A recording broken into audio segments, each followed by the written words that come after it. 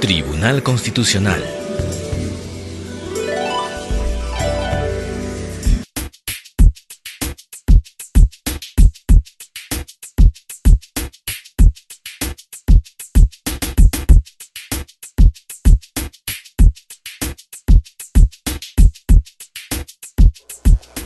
Audiencia pública de la Sala Primera del Tribunal Constitucional, Lima, 21 de julio del 2014, presidida por el magistrado señor Manuel Miranda Canales e integrada por los magistrados señores José Luis Arrón de Tábara y la doctora Marianela Ledesma, secretaria de la doctora Otara Santillana. Señores abogados, muy buenos días, muchas gracias por el saludo, pueden tomar asiento. Se da inicio a las audiencias programadas para la fecha. De cuenta, señorita redactora, por estricto orden de anotación. Señor presidente, muy buenos días. Señores magistrados, muy buenos días. Daré lectura de las causas en las cuales se ha solicitado informe oral. Causa número 21. Expediente 4876-2012, proceso de amparo, seguido por Jesús Rodrigo Carvajal Marmanilla, contra RIMAC Internacional, Compañía de Seguros y Reaseguros. Señor presidente, ha solicitado el uso de la palabra por la parte demandada el doctor José Arturo Calderón Castillo.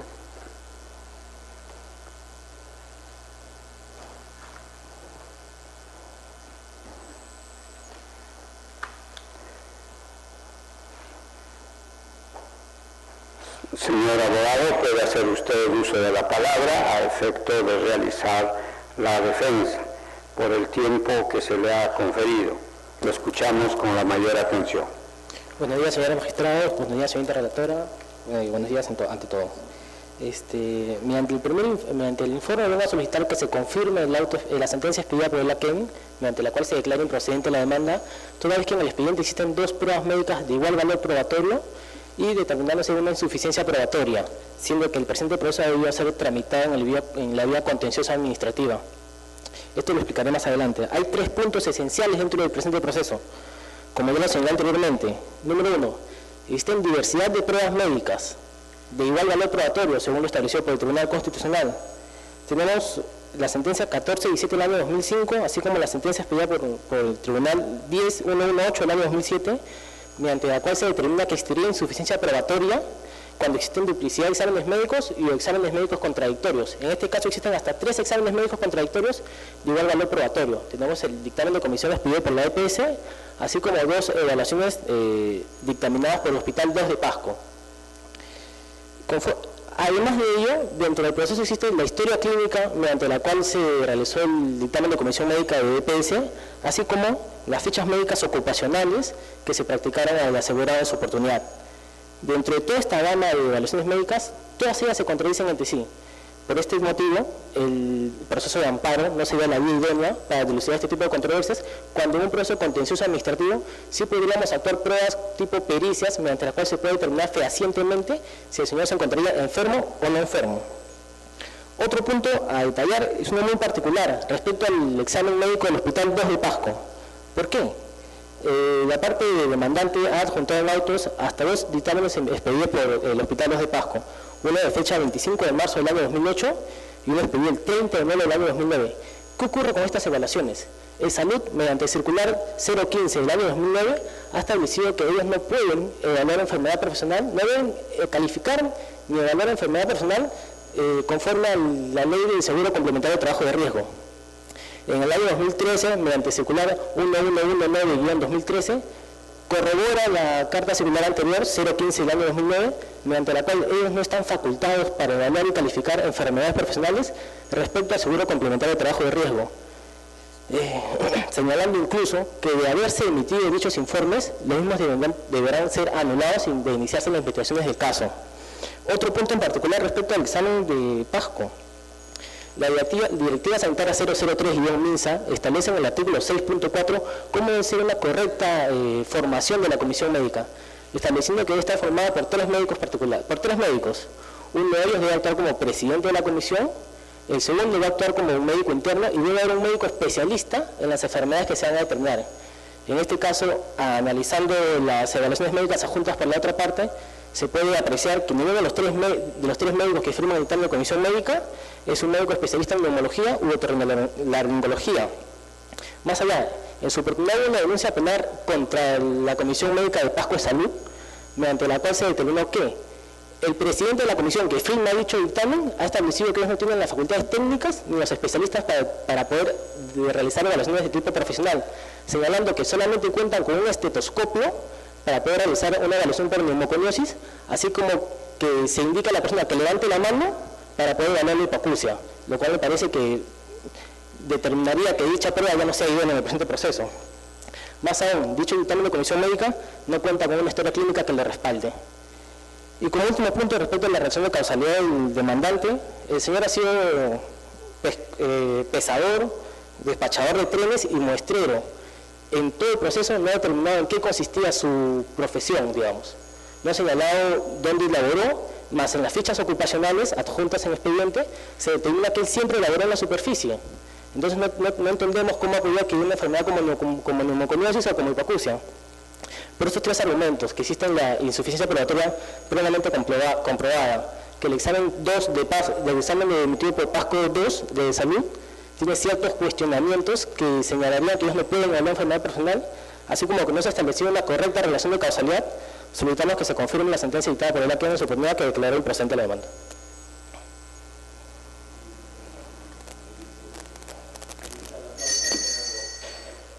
Causa número 28.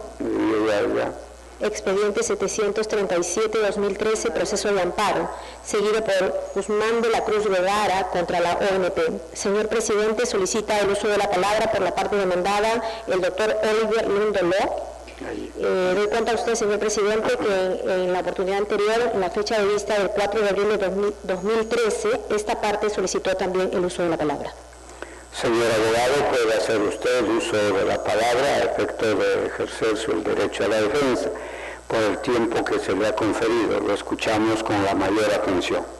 Buenos días, señor presidente, señores magistrados. La presente causa es una causa muy sencilla, por lo que seré muy breve.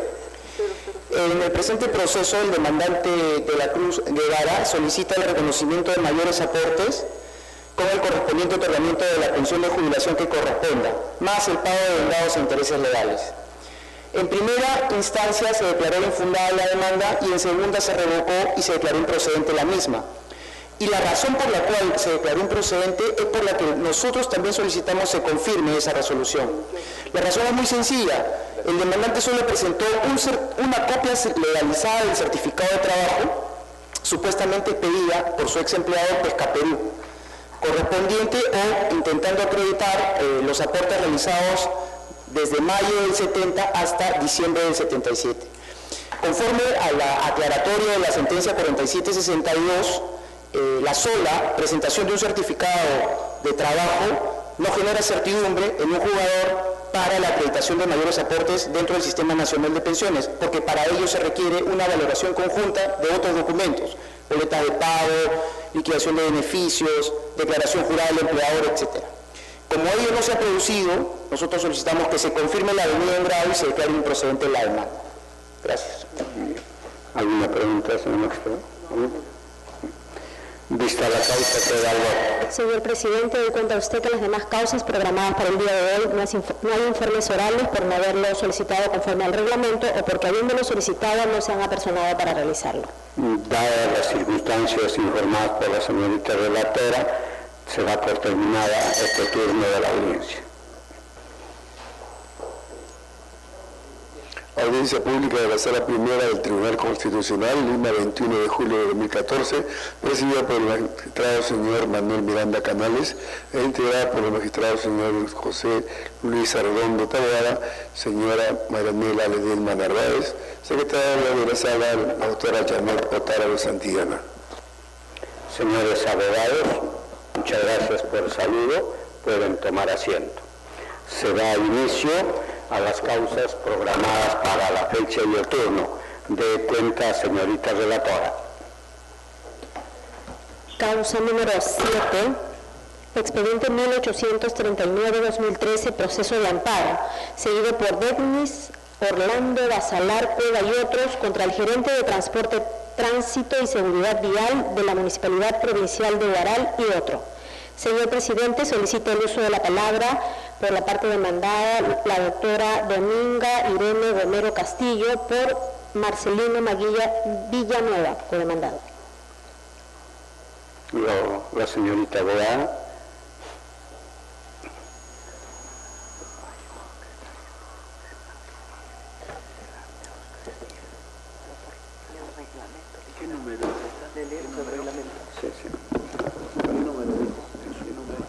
Causa número 7. Señorita abogada, puede hacer usted uso de la palabra a efecto de ejercer el derecho de defensa. Lo escuchamos con la mayor atención. Señor presidente, señores magistrados, quien les habla viene en representación de Marcelino Abraham Maguilla Villanueva en una demanda de acción de amparo interpuesta en Huaral contra mi patrocinado por los demandados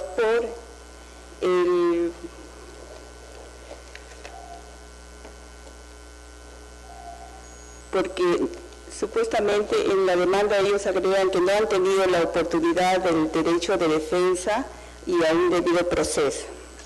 Al respecto debo decirle lo siguiente. El señor Marcelino Abraham Maguilla Villanueva ha sido presidente de la Asociación de Mototaxis Amarillo José Olaya. Esta asociación fue liquidada y disuelta en el año de 1911, inscrita en los registros públicos. Esta liquidación y disolución el 19 de enero del 2012. Significa que a la fecha esta asociación en estos momentos ya se encuentra extinguida. Los hechos, señor presidente, es que el 13 de julio del año 2012 los demandados presentan una demanda de acción de amparo en el sentido de que no se le ha dado el derecho de defensa. La sala, en la primera instancia, resuelve en el sentido de que el derecho que ellos tenían para reclamar se había extinguido, tal y conforme lo señala en su resolución. Esta fue apelada y la Sala Civil de Huacho confirma la sentencia, y esto ha sido motivo a su vez para que ellos presenten el presente recurso en esta tribunal, por lo que nosotros solicitamos, señor presidente, se confirme la resolución número 11 expedida por la Corte Superior de Huaura en el sentido de que se declara improcedente la demanda de acción de amparo por haber excedido en exceso el plazo que ellos tenían para presentar el recurso correspondiente. ¿Alguna pregunta, señor magistrado? ¿Alguna pregunta? Vista la causa, queda algo de cuenta, señorita relatora. Causa número 29, expediente 2282-2013, proceso de amparo, seguido por Gregorio Denis Chávez de Paz contra los magistrados de la Academia de la Magistratura y otro. Señor presidente, solicito el uso de la palabra por la parte demandante, el doctor Aníbal Torres Vázquez, por la parte demandada, la doctora Shirley Susi Fretel Chávez, por la Procuraduría Pública del Poder Judicial, y el doctor Samuel Abad Yupanqui, por la Academia de la Magistratura. Los señores abogados pueden ocupar el lugar que le corresponde.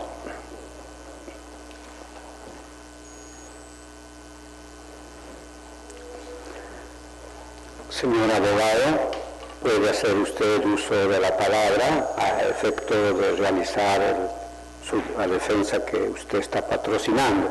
Lo escuchamos con la mayor atención. Señor presidente, señores magistrados, mi defendido, el doctor Denis Chávez de Paz, fue nombrado director general de la Academia de la Magistratura, previo concurso público de oposición y méritos, por acuerdo del Consejo Ejecutivo de la Academia y por resolución expedida por el presidente de este Consejo. El cargo es por 3 años. Gregorio Chávez de Paz fue designado el 29 de octubre del 2009. Sin embargo, fue removido en el cargo el 8 de agosto del 2011 por una decisión unilateral, arbitraria, violando la ley orgánica de la Academia de la Magistratura y su propio estatuto, una violación realizada por el presidente de este organismo. La sentencia de mérito y la sentencia de revisión del Poder Judicial declaran infundada la demanda basándose en 3 hechos absolutamente falsos. Se dice que Gregorio Chávez de Paz fue cesado por acuerdo del Consejo Ejecutivo. El Consejo Ejecutivo nunca se reunió.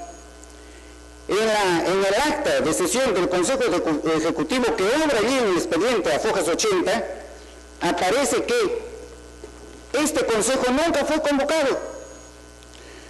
Los miembros del Consejo, ellos expresamente están diciendo que no fue posible realizar la convocatoria a una sesión presente por el señor presidente, que el señor presidente realizó o hizo un dictamen de resolución y los envió a cada uno de los magistrados que integran este Consejo. El propio comité, el Consejo Directivo está diciendo que no hubo sesión y las sentencias del Poder Judicial están diciendo que sí hubo sesión, lo cual no es constituye una falsedad manifiesta, sin lugar a ninguna duda. Los magistrados no pueden actuar al margen de las pruebas, al margen de los hechos y al margen de la ley. El artículo 6 de la ley orgánica de la Academia de la Magistratura establece que el director general de la Academia es designado y removido por el Consejo. Él es el único titular que lo puede remover, pero aquí lo removió solamente el señor presidente. Esa es la realidad, esa es una falsedad. La otra falsedad dice que no existe un proceso especial para poder remover al director de la Academia de la Magistratura. Absolutamente falso. Está el artículo 5, 6 de la ley orgánica de la Academia y están los artículos 13, 14, 15 y 16 que dice cómo se reúne el Consejo, quién lo convoca el presidente, previa agenda, dice que constituye el quórum 4 de sus miembros, dice que las decisiones se toman por mayoría, dice que el director de la Academia forma parte del Consejo, dice que el presidente del Consejo dicta la resolución previo acuerdo del Consejo. O sea, hay ese procedimiento y, sin embargo, se dice aquí en la sentencia que no existe ese procedimiento específico. Otra falsedad absoluta. Y la tercera falsedad, dice que el cargo de director general es de confianza. Nadie ha discutido que el cargo no sea de confianza. No es un punto controvertido. La ley orgánica de la Academia no establece que es cargo de confianza. El estatuto sí dice que es cargo de confianza. Eso no se ha debatido. De manera que se basa la sentencia en estas 3 falsedades. La sentencia constituye una arbitrariedad del señor presidente, al margen de la ley. La voluntad del señor presidente es aquí la que se ha colocado como ley por encima de la Constitución, por encima de la ley orgánica de la Academia y por encima del estatuto. Por estos fundamentos solicito que administrando justicia, como debe ser la justicia constitucional, con estricta sujeción a los hechos, a las pruebas y a la ley, respetando el debido proceso, porque aquí se ha violado el derecho fundamental del demandante a la tutela jurisdiccional efectiva, debido proceso en la sede administrativa, se declare fundada la demanda de acción de amparo. Señorita abogada, puede hacer usted uso de la palabra a efecto de ejercer el derecho de defensa. Puede utilizar el mismo tiempo que ha utilizado el señor abogado, si así usted lo considera. Ya. Muy buenos días, señor presidente, señores magistrados de este honorable tribunal. La suscrita viene en representación de la Procuraduría Pública de Poder Judicial a fin de sustentar nuestros argumentos de defensa. Pues bien, habiendo escuchado atentamente los argumentos del doctor, abogado de la parte demandante, es necesario precisar que lo que viene a solicitar a esta instancia constitucional es su reposición al cargo de director que asumía en la Academia de la Magistratura. Pues bien, es necesario precisar, y contrario a lo que ha señalado la parte demandante, la defensa de la parte demandante, es necesario señalar por qué señalamos nosotros en nuestra constatación de demanda y así en el interín de todo el proceso constitucional hacemos referencia al cargo de confianza. Como bien he señalado que ha ingresado mediante concurso público, de mérito, también es necesario precisar que el cargo que asumió, como bien lo ha señalado el estatuto, ¿no?, de la Academia de la Magistratura, en su artículo 22, señala claramente que el cargo de director general es de confianza. ¿Por qué decimos esto? ¿Por qué? Porque a través del amparo pretende su reposición. Señores magistrados, existe reiteradas jurisprudencias del Tribunal Constitucional en donde ha señalado la naturaleza de los cargos de confianza. Y en un extremo del expediente 03501 del 2006 señala la pérdida de la confianza, señala que constituye en este caso una situación especial que extingue el contrato de trabajo. Es decir, a diferencia de los despidos por causa grave, que es de naturaleza objetiva, en este sentido, en el cargo de confianza, es de naturaleza subjetiva, es decir, se reactiva la confianza y por lo tanto comporta la pérdida del empleo. Asimismo, lo ha señalado el tribunal que estamos ante una decisión unilateral por parte del empleador, en este caso el Consejo Directivo y su representante, que es el presidente de la Academia de la Magistratura. Así bien, el tribunal también ha señalado reiteradas jurisprudencias sobre el sistema de protección restitutoria a través del proceso de amparo, en donde señala que si bien es cierto, ante despido nulo, fraudulento, procede la reposición, pero más no procede la reposición en los cargos de confianza. Así lo ha señalado este honorable tribunal. En ese sentido, señores magistrados, la posibilidad de la parte demandante de pretender su reposición no es procedente. Bien, en cuanto a la alegación por parte de la vulneración del debido procedimiento administrativo y por ende la vulneración a la arbitrariedad, principio de arbitrariedad, es necesario precisar, señores magistrados, que la Academia de la Magistratura se rige bajo su normatividad vigente y aplicable, es decir, su ley orgánica y su estatuto, que como son leyes que rigen su funcionamiento de la Academia de la Magistratura. Pues bien, la parte demandante ha señalado artículos que están plasmados en el estatuto, tanto como en la ley orgánica, y si bien es cierto, señala en su artículo 13 del estatuto que dentro de las facultades del Consejo Directivo es de remover al cargo de director. Señala claramente y taxativamente en ese punto que señala que es la de remover al cargo de director general, director académico y secretario administrativo. Asimismo, también en su artículo 19, dentro de las funciones del presidente del Consejo Directivo, en su inciso E, señala claramente expedir las resoluciones de nombramiento y remoción de los funcionarios en este cargo, entre ellos al cargo de director. Eso es lo que taxativamente señala, previo acuerdo del Consejo Directivo. Asimismo, en la ley orgánica, en su artículo 6, señala que es facultad del Consejo Directivo remover al director. En ese sentido, señores magistrados, siendo así, es necesario, o se puede visualizar, ¿no?, que tanto de la ley orgánica como del estatuto de la Academia de la Magistratura no señala en forma específica, y es claro señalarlo, específica, ¿no?, el procedimiento para que el Consejo Directivo adopte la remoción del director, del cargo de director general. Siendo así, no estamos ante ninguna vulneración del procedimiento administrativo como señala la defensa de la parte demandante. Además, en las sesiones,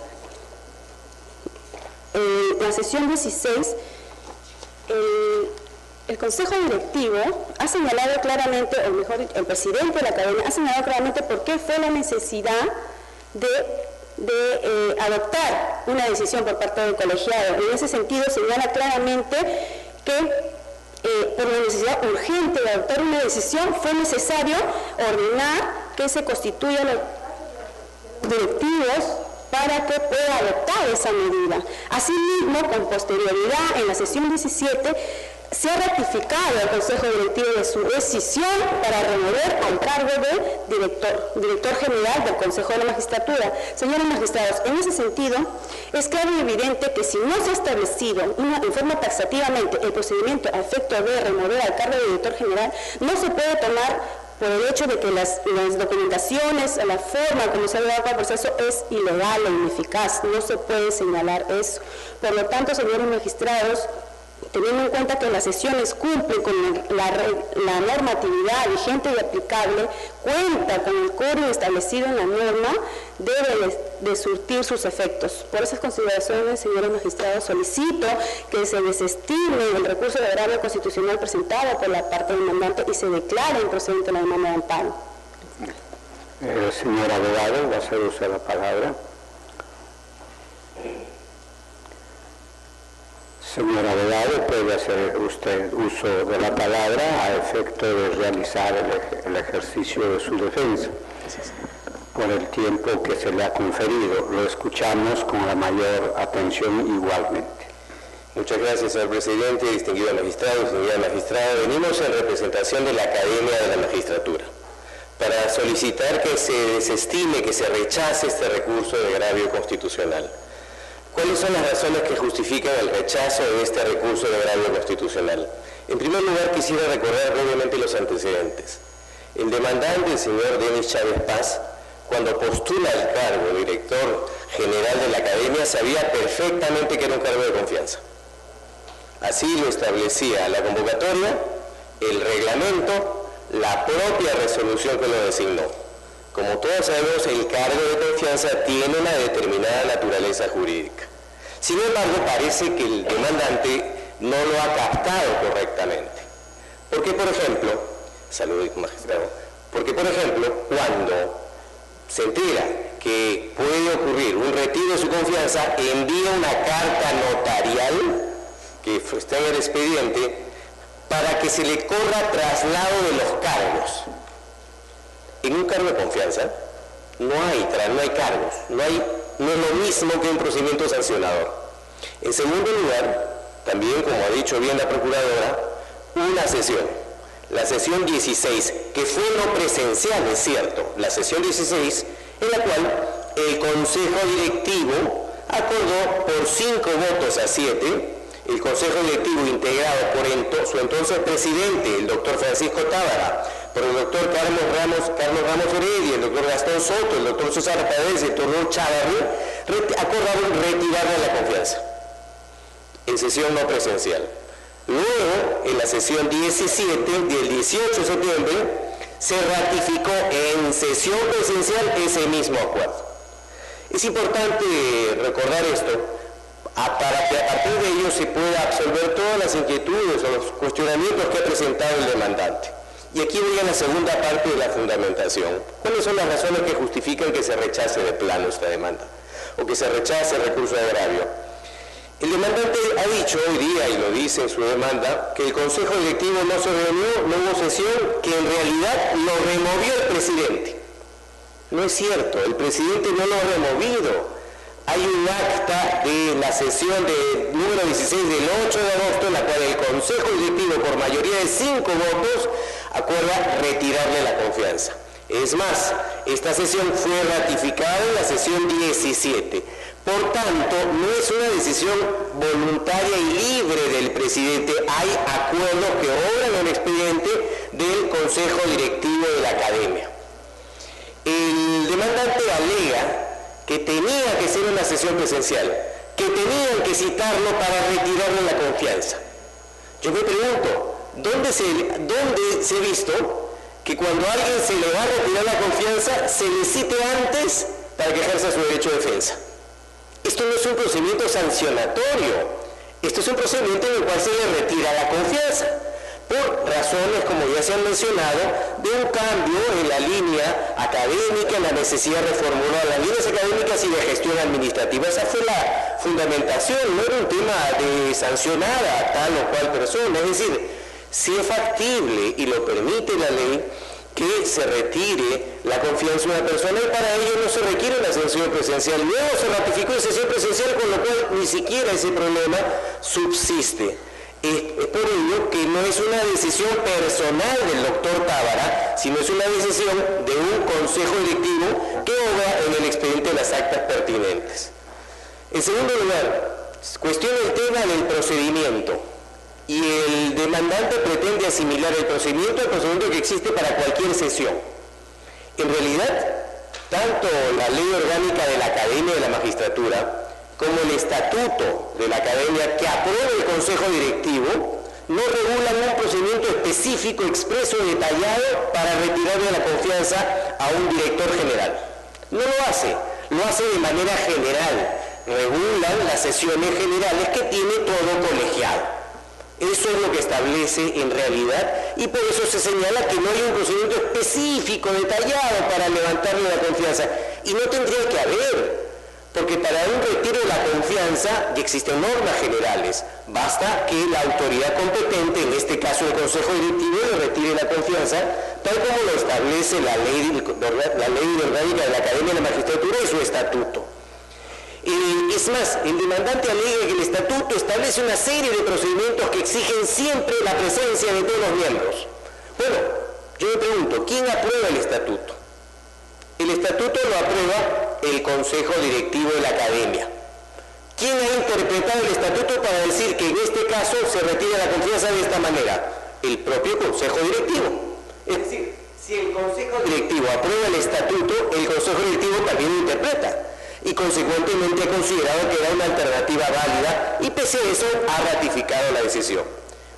En tercer lugar, dice que no se debate el tema de la confianza. Sí es relevante, porque si es un cambio de confianza y eso está ratificado, el propio demandante lo afirma, en realidad se puede remover libremente y discrecionalmente por parte de la autoridad, por las razones, por ejemplo, que ha mencionado el propio Consejo Directivo, que es reformular la línea académica de gestión de la Academia. Finalmente, solamente a manera de información, el demandante quiere regresar al cargo de director general, pero el cargo de director general está ocupado.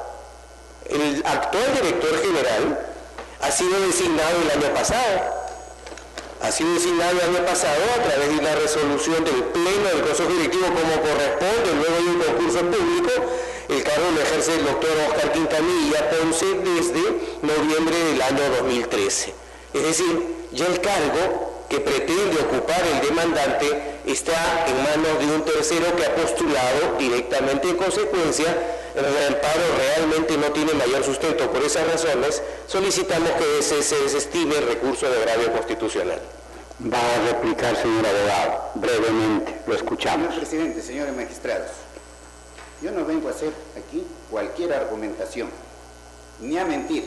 Yo vengo aquí a exponerles a ustedes la ley y las pruebas. Aquí está, señor, el acta 16, que obra en el expediente a fojas 80, en donde el Consejo Directivo dice que no hubo sesión. ¿Y qué dice la ley orgánica del Consejo Nacional de la Magistratura? El artículo 6. Corresponde al Consejo Directivo de la Academia probar la política, etcétera, etcétera, nombrar y remover al director general. ¿Quién lo remueve? ¿El presidente del Consejo Directivo o el Consejo Directivo? Se le puede quitar la confianza en cualquier momento, pero lo tiene que hacer el Consejo Directivo y observando el procedimiento señalado en la ley orgánica y en el estatuto. No hay otra forma de removerlo. De manera que en un tribunal y el tribunal y los abogados debemos argumentar conforme a los hechos, conforme a la ley, no haciendo argumentaciones, razonamientos torticeros como se hace en la ley y como se hace en esta propia acta 16, argumentando una serie de hechos falsos, 3 hechos falsos. La confianza, señor, no está en discusión, nosotros no lo discutimos. Las sentencias que ha presentado como prueba los demandados del Tribunal Constitucional, ninguna se refiere al supuesto normativo de la ley orgánica de la Academia, ninguno, ¿no? Aquí se ha incorporado en esta acta, se ha incorporado en la resolución de cese de Gregorio Chávez de Paz, se ha incorporado en la sentencia de primera instancia y de segunda instancia del Poder Judicial hechos absolutamente falsos que constituyen falsedad ideológica y que en un país en donde realmente rige el Estado de Derecho y la democracia, eso serían procesados judicialmente. Claro que eso es todavía imposible en el Perú, pero en algún momento puede ser posible cuando aparezcan, por ejemplo, magistrados de las manos limpias que apliquen los hechos probados y la ley, y no se sujeten, no dicten sentencias, como decían los romanos, sentencias ad personae, como es aquí una sentencia ad personae y no ad causae, por la calidad de los señores demandados. No, entonces, ¿para qué sirve el hecho de que la Constitución diga que todos somos iguales frente a la ley? Aquí se burla todo, la Constitución, aquí no vale absolutamente nada el ordenamiento jurídico, sino la arbitrariedad total. Por esas razones, señor, y algo más, este caso fue visto aquí en esta sala el 24 de enero pasado, han pasado muchísimos meses. Y por lo tanto, con muchísimo respeto, señores magistrados, exijo que los votos que se hayan emitido en esta causa, que puede ser uno, que puede ser dos, ¿no?, corran agregados al expediente. No se justifica para nada que un hecho sumamente claro se haya demorado tantísimo para resolver solamente por la calidad de los demandados. Gracias, señores magistrados. Va a replicar, señor abogado. Sí, yo brevemente. Muchas gracias, señor presidente, distinguidos magistrados. Solamente les pediría que vean el acta de la sesión 16, que el doctor ha leído de manera incompleta, porque el acta de la sesión 16 lo que concluye es, por 5 votos de 7, se retira la confianza al señor Chávez, ante la necesidad urgente de reformular las líneas académicas y de gestión administrativa de la ACMAC. Basta ver el acta que ha sido así evaluada por los jueces de primera instancia y de segunda instancia para darse cuenta que ahí está el acta. Lo que el señor está exigiendo es que haya existido una sesión presencial. Si quería una sesión presencial, puede ver la sesión del número 17 del 18 de septiembre que ratifica la decisión adoptada en la sesión anterior. Es decir, esto está absolutamente claro. Basta leer las actas para darse cuenta que sí hay votos, 5 en el primer caso, que es la decisión original, que acuerdan retirarle la confianza al señor Chávez, y por tanto solicitamos que la demanda sea desestimada. La señorita abogada va a replicar brevemente. Muchas gracias, señor presidente. Pues bien, nada más señalar que no se ha podido demostrar durante el trámite de todo el proceso constitucional de amparo la vulneración a los derechos alegados, al debido proceso administrativo, ni la vulneración de la arbitrariedad. Solamente se han señalado criterios o apreciaciones subjetivas que no demuestran nada efectivo o claro de que se hayan vulnerado los derechos constitucionales. Sin embargo, es evidente que las actas que obran en el expediente son legales. Asimismo, la resolución a través del cual se le retira el cargo de director general es legal y por lo tanto debe de surtir sus efectos. Concluidos los informes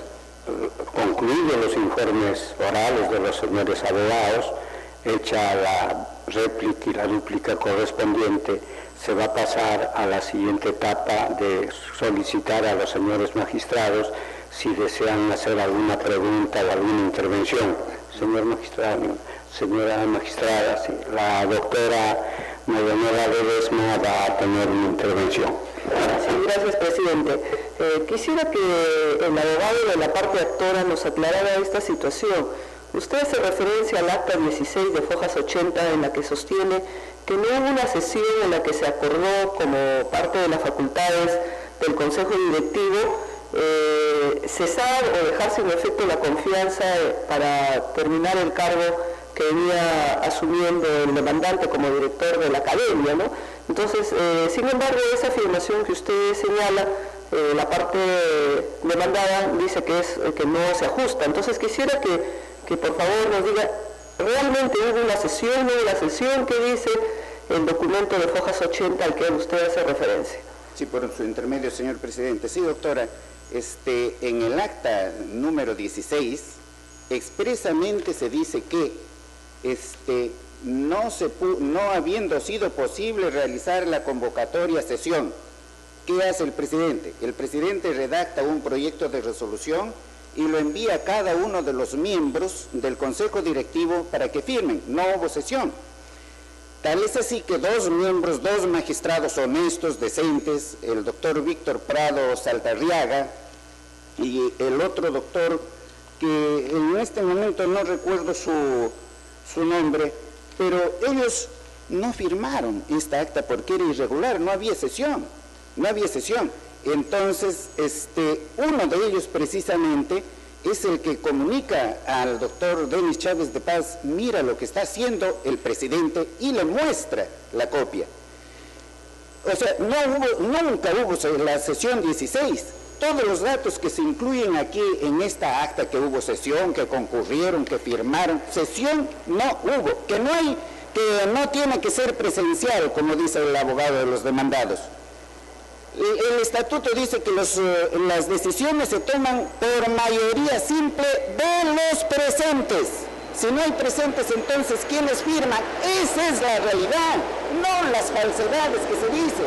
Y de otro lado, que se ha ratificado esta sesión mediante el acta 17 que obra seguidamente allí en el expediente. ¿Se puede ratificar una sesión no existente? Y si hubiese sido existente, si hubiera existido y siendo nula, ¿se puede ratificar una resolución nula? Por supuesto que no. Esta es la arbitrariedad total, la falsedad total, en la cual se basan estas sentencias del Poder Judicial solamente por la calidad de los demandados. Señor presidente, la siguiente pregunta va a la parte demandada, ¿no? Y está vinculada con la praxis que ustedes tienen de las sesiones no presenciales. Entonces quisiera preguntarle a la abogada de la academia cómo opera esta práctica de las sesiones no presenciales. Estoy preguntándole a la abogada a la procuradora la procuradora. ¿Cómo opera esta práctica de las sesiones no presenciales? Sobre todo para que nos explique, sobre todo porque se señala la ley que tiene que existir por lo menos la intervención mayoritaria de los presentes para tomar ese acuerdo. Entonces, ¿cómo podría darnos esta explicación de que se hace sesiones no presenciales, pero a pesar de ello la norma exige una concordancia de los presentes? Quisiera escuchar su opinión. Claro, con todo respeto, señorita magistrada, pues bien, nuestra posición es de que, si bien es cierto, la norma señala de que tiene que existir una sesión presencial, mas no señala, y esa es nuestra postura por parte de la Procuraduría del Poder Judicial, que en un tema específico como es la remoción del cargo de director, específicamente que se refiera a una sesión presencial o no presencial, sino más bien ese artículo señala en forma genérica, general, las sesiones a través de las cuales se toman acuerdos.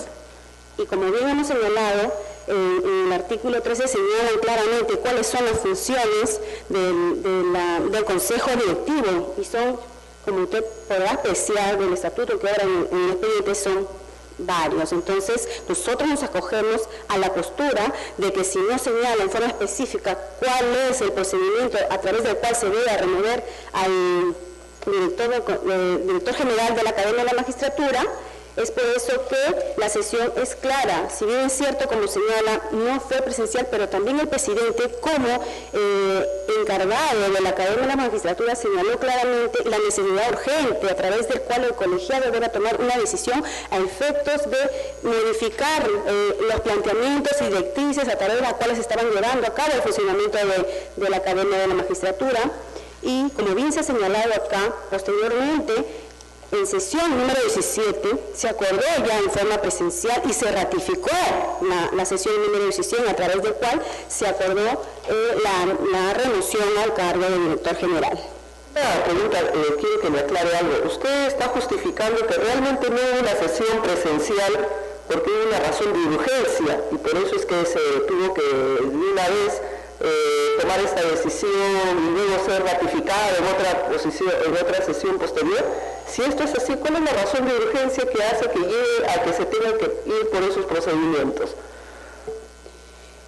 Bueno, aquí en la sesión 16, como claramente ha señalado el presidente, ¿no?, del Consejo, el presidente del Consejo, el presidente de la Academia de la Magistratura señala una necesidad urgente de adoptar una decisión, es decir, no habiendo un tiempo establecido por parte de los consejeros para que puedan reunirse, o no habiendo existido una convocatoria previa a efectos de poder tomar dicha decisión, es que se adopta esta decisión y posteriormente en sesión 17 se ratifica.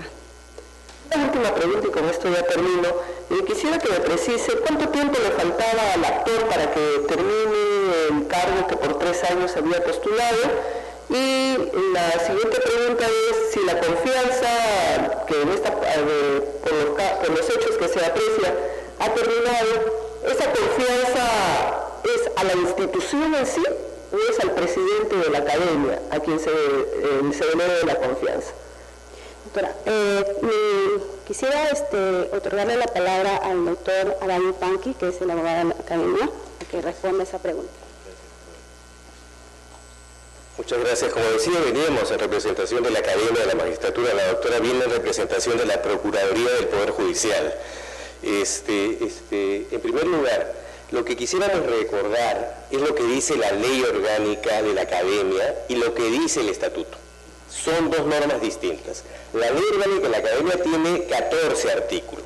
Es una ley corta. En consecuencia, no tiene un detalle de todo lo establecido. ¿Qué dice la ley sobre el tema? La ley dice: el Consejo Directivo es el más alto órgano de la Academia. Integra el Consejo, solo con derecho a voz, el director general de la Academia.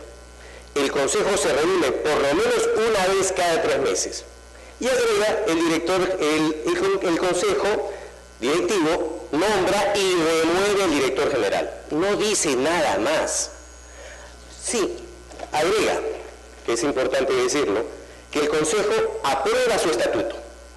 Eso es lo único que dice. No establece si la sesión es presencial, si no es presencial. No dicen, en la ley no dice. Esto, la ley no establece el procedimiento para el retiro de la confianza. ¿Por qué? Porque en realidad todos sabemos que el retiro de la confianza no tiene necesariamente un procedimiento, porque es el retiro de la confianza. Sí dice que el órgano competente es el Consejo Directivo, no el presidente. Ese es el marco normativo de la ley. El estatuto, aprobado por el Consejo Directivo, sí establece una regulación de las sesiones generales del Consejo. Claro, como cualquier órgano colegiado, se regulan las sesiones. No establece un procedimiento específico para el retiro de la confianza del director general de la Academia. Ante esta situación, ingresa una nueva directiva, acá dirigida por el doctor Tábara, evalúa como corresponde una nueva directiva, como lo hace cualquier órgano que ingresa a un nuevo cargo para evaluar a su personal, y dice: muy bien, necesitamos un cambio. Y como es un cargo de confianza, y eso está fuera de discusión, como es un cargo de confianza, decidimos retirarle la confianza. Como no hay un procedimiento detallado, en realidad se lleva a cabo una sesión no presencial. ¿Qué es lo que está buscando el demandante? Que lo citen, que le digan por qué le van a retirar la confianza, que le permitan defenderse. Bueno, eso no es así. No es un procedimiento sancionador. Es un procedimiento en el cual se levanta la confianza. En consecuencia, la situación ha sido la interpretación que ha hecho el propio Consejo Directivo, que él mismo aprueba su estatuto, sobre cómo llevar a cabo un procedimiento para retirarle la confianza. En la sesión 16 están firmadas las 5 firmas donde acuerdan retirarle la confianza. En consecuencia, nosotros no vemos aquí ningún problema de afectación del debido proceso y ante el reclamo efectuado se decidió hacer una ratificación. Para cualquier duda, ratificamos esto y tenemos la sesión 17 donde dicen exactamente lo mismo. El señor doctor magistrado Sardón va a tener una intervención. Una pregunta también para el doctor, el abogado de la academia. El artículo 12 del estatuto establece una formalidad para la realización de las sesiones, sean estas presenciales o virtuales. Y esa formalidad es que hayan sido convocadas previamente por su presidente. ¿Fue la sesión 16 convocada previamente por su presidente? Bueno, muy bien. El estatuto que está aprobado por el Consejo Directivo establece en términos generales esa formalidad. En este caso, esa formalidad no se realizó. Pero no es una formalidad que genere una nulidad. No es una formalidad que genere una nulidad, sencillamente si hay un acuerdo que lleva a determinada conclusión. Respondiendo a la pregunta de la doctora Ledesma, que me había omitido, el plazo que le faltaba cumplir al señor demandante era de más o menos 1 año y 2 meses, aproximadamente. Es decir, había todavía un tiempo de permanencia en el cargo que justificaba una decisión de esta naturaleza. Disculpe, una repregunta. La primera oración del artículo 12 dice: el Consejo Directivo se reúne en sesión las veces que sean necesarias, previa convocatoria de su presidente. Si no se cumplió con el requisito de la previa convocatoria de su presidente, ¿cómo así esto no le da su nulidad? Sencillamente porque es una norma que la aprueba el propio Consejo Directivo, porque es el estatuto. De acuerdo a la ley, por ejemplo, establece que el Consejo se reúne por lo menos una vez cada 3 meses. La ley no establece la formalidad de la convocatoria. Si la ley estableciera esa formalidad de la convocatoria, yo entendería que ahí hay un problema.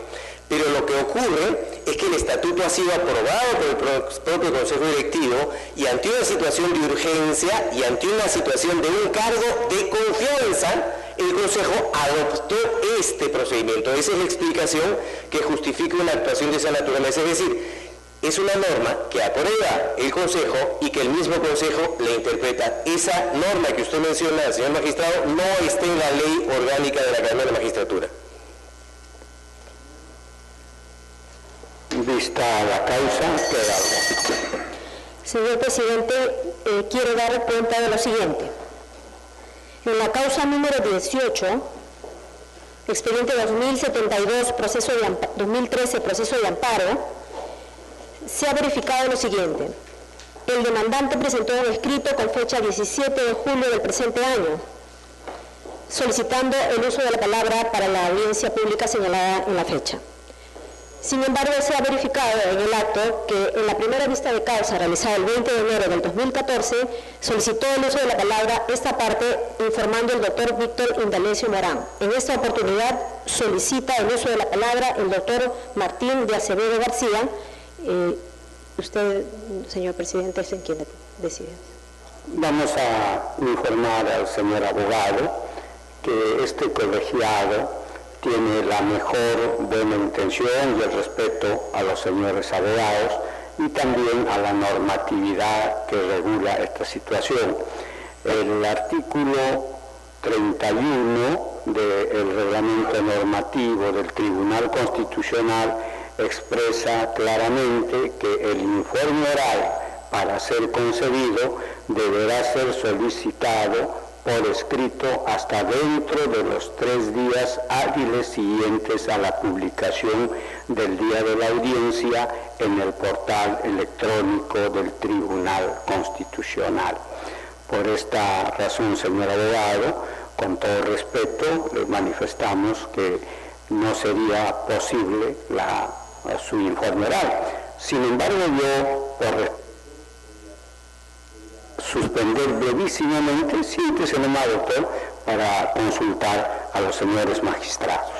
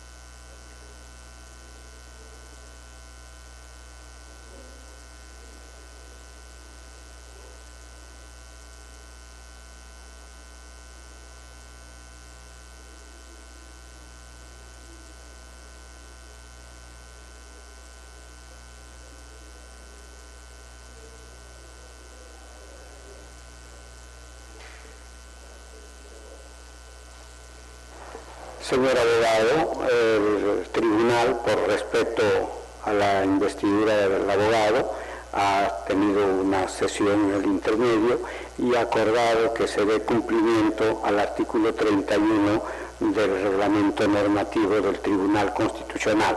Sin embargo, le manifestamos que usted es posible que usted presente un informe escrito.